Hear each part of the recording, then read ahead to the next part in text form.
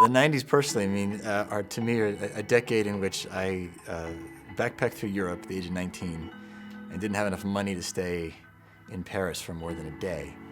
And then by the end of the 90s, I was in Paris promoting a television show and couldn't walk down the street of the Champs-Élysées without a hat on because I was getting mobbed. So the 90s were kind of crazy for me. I literally went from one day signing my first autograph ever and thinking, oh wow, this is really cool, to 2 weeks later being mobbed in Seattle by a crowd of girls at an event, and we ran out of headshots and the girls were getting crushed against barricades and they had to put me in the back of a cop car to get me out of there. And there was no volume control on it. It was just, it was what it was. And as anybody who's ever been famous among a teenage girl crowd can tell you, teenage girls love to go crazy.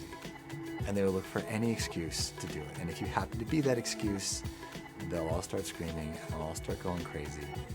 And it can really get out of control. I mean, I spent the better part of my 20s, I think, in abject fear of gaggles of teenage girls.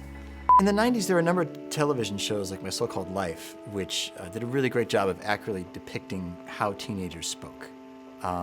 Dawson's Creek was unconcerned with how teenagers actually spoke. They were more concerned with how they felt.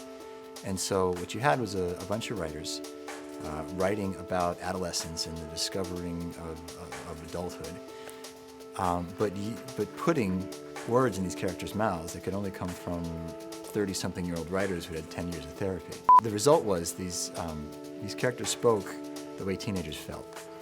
And these characters were able to kind of crystallize that awkward adolescent period in a way that teenagers understood but couldn't necessarily maybe put into words themselves. I think what made it unique was there was never any attempt to dumb down the dialogue.